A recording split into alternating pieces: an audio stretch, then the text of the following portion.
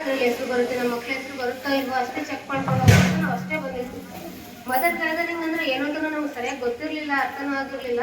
But ಇವ್ರು sir madam ಅವರು ಒಂದೊಂದು ಪಾಯಿಂಟ್ಸ್ ಹೇಳಿದಾಗ ನಮಗೆಲ್ಲ ಆಲ್ರೆಡಿ ಗೊತ್ತಿರುತ್ತೆ. 60% ಟೀಚರ್ಸ್ ಮಾಸ್ಟ್ರು ಏನು ಹೇಳಿದಾರೆ ಎಲ್ಲ ಗೊತ್ತಿರುತ್ತೆ. ಅದನ್ನ 40% ನಮಗೆ ಕೆಲವು ಪಾಯಿಂಟ್ಗಳು ಗೊತ್ತಿರಲ್ಲ ಅಷ್ಟೇ. ಬಟ್ ಅದ್ರಲ್ಲಿ ಮನೆಯಲ್ಲಿ ನಮ್ಗೆ ಎಲ್ಲ ಗೊತ್ತಿದ್ದು ಮನೇಲಿ ಮಕ್ಕಳು ಓದ್ಕೊಂತ ಇರ್ತಾರೆ, ಟಿವಿ ನೋಡ್ಕೊಂತ ಕುಂತ್ಕೊಂತೀವಿ, ಇಲ್ಲ ಮೊಬೈಲ್ ನೋಡ್ಕೊಂತ ಕುಂತ್ಕೊಂತೀವಿ, ಕೆಲಸ ಮಾಡ್ಕೊಂತ ಕುಂತ್ಕೊಂತೀವಿ. ಮಕ್ಕಳ ಮೇಲೆ ಯಾರು ಗಮನ ಕೊಡ್ತಾರೆ, ಕೊಡಲ್ಲ ಅಂತಲ್ಲ.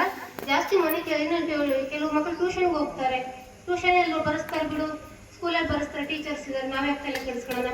ನಮಗೆ ಚಿಕ್ಕ ಚಿಕ್ಕ ಮಕ್ಕಳು ಬೇರೆ ಇರ್ತಾರೆ ಮನೆಯಲ್ಲಿ, ಅವ್ರ ಬಗ್ಗೆನ ತಲೆ ಕೆಡಿಸ್ಕೊಂಡು ಮನೆ ಕೆಲಸ ಮಾಡೋದ್ರಲ್ಲೇ ಸುಸ್ತಾಗಿ ಹೋಗ್ತಾರೆ ಕೆಲವು ಪೇರೆಂಟ್ಸ್ ಎಲ್ಲ. ಇದು ಮದರ್ ಗ್ಯಾದರಿಂಗ್ಸ್ ಇಂದ ನಮ್ಗೆ ಕೆಲವು ಪಾಯಿಂಟ್ ನನಗೆ ನಿಜವಾಗ್ಲೂ ಅರ್ಥ ಆಯ್ತು. ನಾವು ಮಾಡೋ ಮನೇಲಿ ಪೇರೆಂಟ್ಸ್ ಏನ್ ತಪ್ಪು ಮಾಡ್ತೀವಿ ಅದನ್ನ ಅರ್ಥ ಮಾಡ್ಕೊಂಡು ನಮ್ಗೆಲ್ಲ ಅಬ್ಸರ್ವ್ ಗೊತ್ತಿರುತ್ತೆ, ಬಟ್ ಕೇರ್ಲೆಸ್ ಮಾಡ್ತೀವಿ.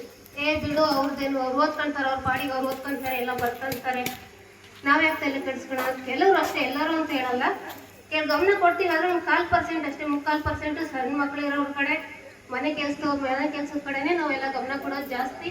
ಇಲ್ಲಿ ಬಂದಿದ್ರಿಂದ ನನಗೆ ಕೆಲವು ಪಾಯಿಂಟ್ಸ್ಗಳು ತುಂಬಾ ಇಷ್ಟ ಆಯ್ತು. ಟಿವಿ ನೋಡೋದು, ಮೊಬೈಲ್ ನೋಡೋದು ಮಕ್ಕಳೆದುರಿಗೆ, ಅವ್ರು ನಾವು ನೋಡ್ತಾ ಇದ್ರೆ ಖಂಡಿತ ಅವರು ಬಂದು ನೋಡೇ ನೋಡ್ತಾರೆ. ಅದನ್ನ ಕಡಿಮೆ ಮಾಡಬೇಕು.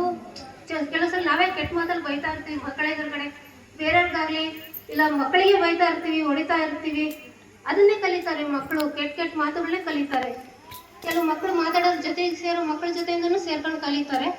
ಬಟ್ ನಾವು ಮನೇಲಿ ಆದಷ್ಟು ಕೆಟ್ಟ ಮಾತುಗಳು ಮಾತಾಡೋದಾಗ್ಲಿ, ಹೊಡಿಯೋದು ಜಾಸ್ತಿ, ಮಾತಿಗೆ ಹೊಡಿಯೋದು, ಬೈಯೋದು, ಅದು ಸ್ವಲ್ಪ ಕಡಿಮೆ ಮಾಡಿಕೊಂಡು ಸ್ವಲ್ಪ ಮಕ್ಕಳ ಎಜುಕೇಶನ್ ಕಡೆ ಗಮನ ಕೊಟ್ಟು ಚೆನ್ನಾಗಿ ಓದಿಸ್ಬೇಕನ್ನೋದು ನನಗೆ ಈ ಕಾರ್ಯಕ್ರಮಕ್ಕೆ ಬಂದಿದ್ರಿಂದ ಸ್ವಲ್ಪ ಚೆನ್ನಾಗಿ ಅರ್ಥ ಆಯಿತು. ಇದು ಮದರ್ ಗ್ಯಾದರಿಂಗ್ ಮಾಡಿದ್ದಕ್ಕೆ ತುಂಬ ಥ್ಯಾಂಕ್ಸ್ ಎಲ್ಲರಿಗೂ.